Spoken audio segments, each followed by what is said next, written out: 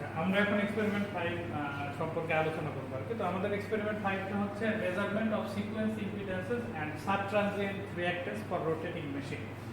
Experiment 4 যেটা ছিল ওইখানে আমরা একটা রোটেটিং মেশিনের পজিটিভ সিকোয়েন্স ইম্পিডেন্সটা বের করেছিলাম।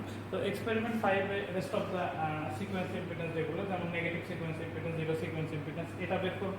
প্লাস সাথে সাথে একটা রোটেটিং মেশিনের সাব ট্রানজিয়েন্ট রিঅ্যাক্ট্যান্স এটা আমাদেরকে বের করতে হবে হচ্ছে এই এক্সপেরিমেন্টে। তো আমরা একে একে আসি। তো প্রথমে আমরা জিরো সিকোয়েন্স ইম্পিডেন্সের কথায় আসি। তো আমরা কিভাবে একটা রোটেটিং মেশিনে জিরো সিকোয়েন্স ইম্পিডেন্স বের করতে পারি। তো জিরো সিকোয়েন্স ইম্পিডেন্স বের করাটা ঠিক একই রকম, সেটা হচ্ছে zero sequence voltage divided by zero sequence current. এই রেশিওটা নিলে আমরা জিরো সিকোয়েন্স ইম্পিডেন্স পাবো।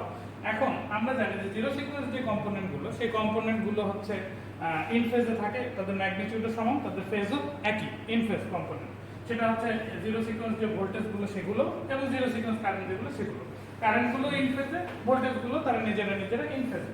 এখন কথার কথা, আমরা যদি কোনো ইম্পিডেন্স কত সেটা বের করতে চাই বা মেজার করতে চাই, তাহলে আমরা কি করতে পারি? আমরা এখানে একটা ভোল্টেজ সাপ্লাই দিতে পারি, তারপর এর মধ্যে দিয়ে কত কারেন্ট যাচ্ছে সেটা মেজার করতে পারি। দুটো রেশিও করলে আমরা কিন্তু ইম্পিডেন্সটা পেয়ে যেতে পারি, রাইট? এখন আমরা যদি V1 একটা ভোল্টেজ সাপ্লাই করি, এর ফলে যদি আমি I1 কারেন্ট পাই, তাহলে V1/I1 করলে আমরা পাবো হচ্ছে এই ইম্পিডেন্স, যেটা কিনা Z।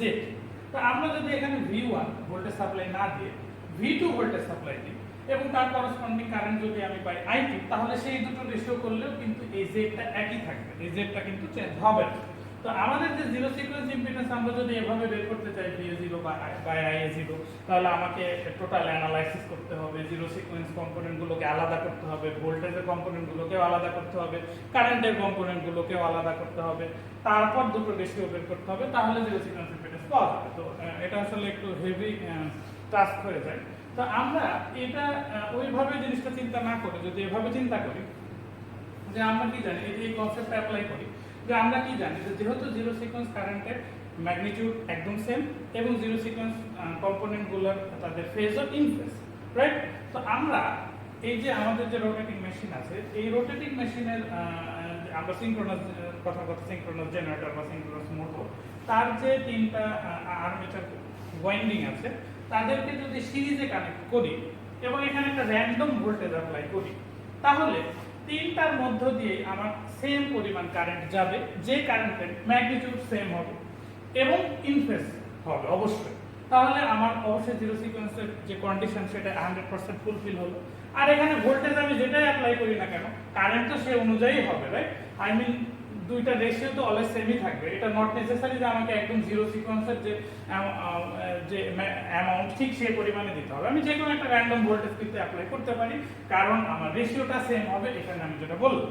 তো তাহলে জিরো সিকোয়েন্স ইম্পিডেন্স বের করার জন্য আমরা এই টেকনিকটা অ্যাপ্লাই করতে পারি।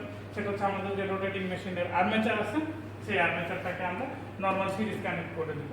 সিরিজ কানেক্ট করার পরে এখানে একটা random single phase voltage apply করব, তারপরে এদিক দিয়ে কত কারেন্ট যাচ্ছে সেটা আমরা একটা অ্যামিটার বসাবো, বসিয়ে মেজার করবো আর কি।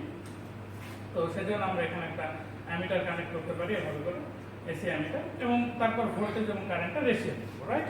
তো ভোল্টেজ এবং কারেন্টের যদি আমরা রেশিও করি, তাহলে কিন্তু তিনটা কয়েলের তিনটা ওয়াইন্ডিং এর কিন্তু আমরা ইম্পিডেন্স পাবো। কিন্তু আমাদের তো দরকার পার ফেজ মানে একটা, ফলে আমরা এইখানে অবশ্যই 3 দিয়ে ভাগ দিতে হবে, এই হচ্ছে কথা। আর আমাদের যে ফিল্ড আছে, ফিল্ডটাকে আমরা নরমাল ওপেন রাখলেই চলবে আর কি। তো এভাবে করে আমরা খুব সহজে জিরো সিকোয়েন্স ইম্পিডেন্সটা বের করতে পারি। জাস্ট তিনটা কয়েলকে সিরিজে কানেক্ট করে একটা র্যান্ডম ভোল্টেজ অ্যাপ্লাই করে কারেন্টটা মেজার করে তার রেশিও করলে 3 দিয়ে ভাগ দিলে আমরা জিরো সিকোয়েন্স ইম্পিডেন্স পেয়ে যাব। এই হচ্ছে এই গেল জিরো সিকোয়েন্স ইম্পিডেন্স বের করার কথা। তাহলে আমাদের সেটআপটা কি রকম হবে এই ক্ষেত্রে?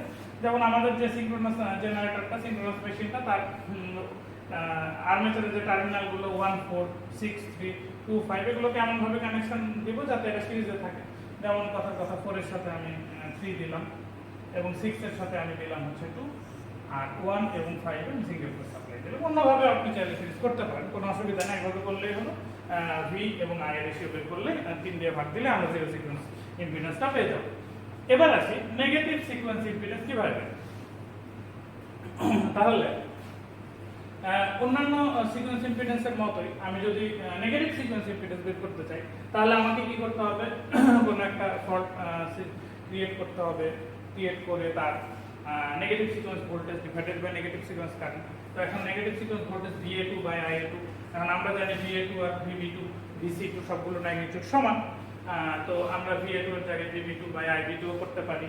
তারপর VA2 by IA2 equal to VB2 by IB2 equal to VC2 by IC2, এই যে কোনো একটা করলে আমরা হচ্ছে নেগেটিভ সিকোয়েন্স ইম্পিডেন্সটা পেয়ে যাব। আচ্ছা, এখন নেগেটিভ সিকোয়েন্স ইম্পিডেন্স যদি বের করতে চাই, জিরো সিকোয়েন্স বা পজিটিভ সিকোয়েন্স ইম্পিডেন্সের মতো এই কাজটা এতটা ইজি হবে না। এটা করতে গেলে আমাদেরকে আমরা জানি সিকোয়েন্স কম্পোনেন্টগুলো কখন আসে, যখন সিস্টেমটা আনব্যালেন্স হয়, রাইট? তো আমাদের কথা হচ্ছে প্রথমে আমাকে ফল্ট ক্রিয়েট করতে হবে, এবং ফল্ট ক্রিয়েট করে সেই ফল্ট থেকে আমাকে নেগেটিভ সিকোয়েন্স ভোল্টেজ আলাদা করতে হবে এবং নেগেটিভ সিকোয়েন্স কারেন্ট আলাদা করতে হবে, কারণ এই নেগেটিভ সিকোয়েন্স ইম্পিডেন্স বের করার এর থেকে বিকল্প কোনো টেকনিক আসলে ওভাবে নেই আর কি, সত্যি কথা এক কথায় বলতে গেলে। তো আমরা তাহলে একটা ফল্ট ক্রিয়েট করবো। এখন আমরা কোন ফল্ট ক্রিয়েট করবো, কোশ্চেন হচ্ছে এটা। আমাদের হাতে অনেকগুলো ফল্ট আছে, line to ground fault, double line to ground fault, line to line fault, line fault. তো আমরা এমন যে সেই ফল্টটাই ক্রিয়েট করার চেষ্টা করব যে ফল্টটাতে আমাদের জিরো সিকোয়েন্স কম্পোনেন্টটা অথবা আমরা কম্পোনেন্টের পরিমাণটা কমাতে পারি। কথায় কথা আমরা যদি লাইন টু গ্রাউন্ড ফল্ট নিই, তাহলে আমাদের পজিটিভ সিকোয়েন্স কম্পোনেন্টও থাকবে, নেগেটিভ সিকোয়েন্স কম্পোনেন্টও থাকবে, জিরো সিকোয়েন্স কম্পোনেন্টও থাকবে, যেটা আমরা এক্সপেরিমেন্ট 3 তে দেখেছি আর কি। তো তাহলে দেখা যাচ্ছে এখানে আমার আলাদা করতে অনেক ডিফিকাল্ট হয়ে যাবে। কিন্তু যদি আমি লাইন টু লাইন ফল্ট নিই, ওখানে শুধু পজিটিভ সিকোয়েন্স কম্পোনেন্ট এবং নেগেটিভ সিকোয়েন্স কম্পোনেন্ট থাকে, ওইখানে জিরো সিকোয়েন্স কম্পোনেন্ট থাকে না। ফলে এটাতে আমার ক্যালকুলেশন করাটা ইজিয়ার হবে আর কি। তো আমি সেই জন্যই লাইন টু লাইন ফল্টের সিচুয়েশন ক্রিয়েট করি। সেটা কিভাবে করব?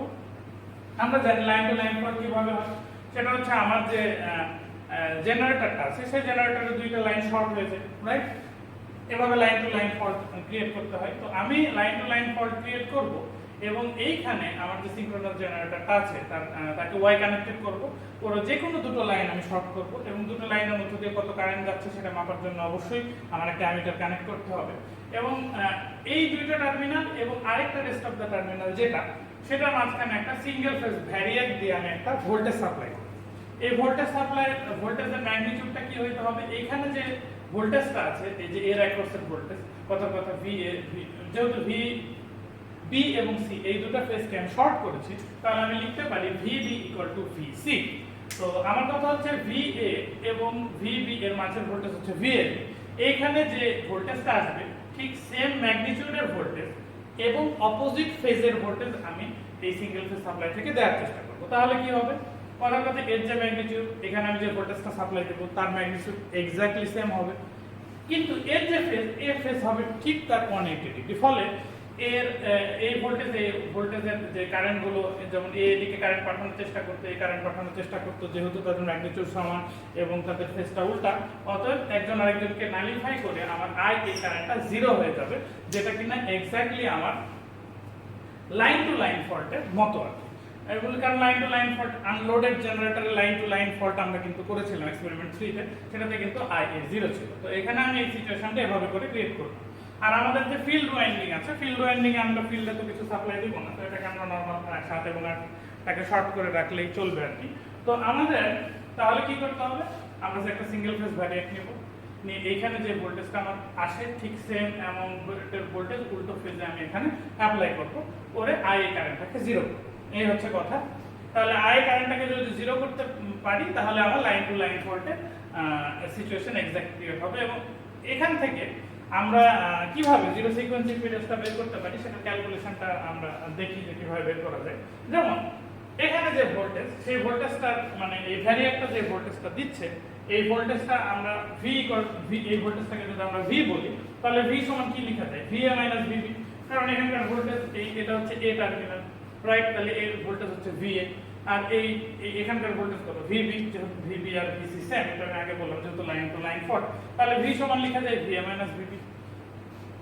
তাহলে এখন ভি এ, যেহেতু একটা line to line fault situation, একে তিনটা কম্পোনেন্টে আমি ভাগ করলাম, VA1 VA2 প্লাস VA0। আর অনুরূপভাবে VB-টাও তাই, VB1 VB2 VB0, রাইট?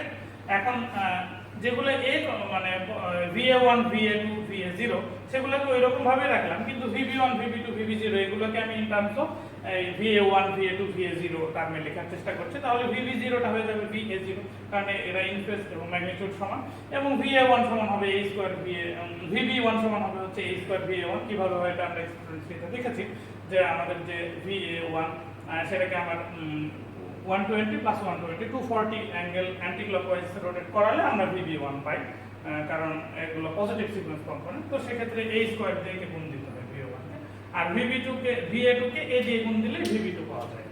এই হচ্ছে কথা। দেন আমরা এখান থেকে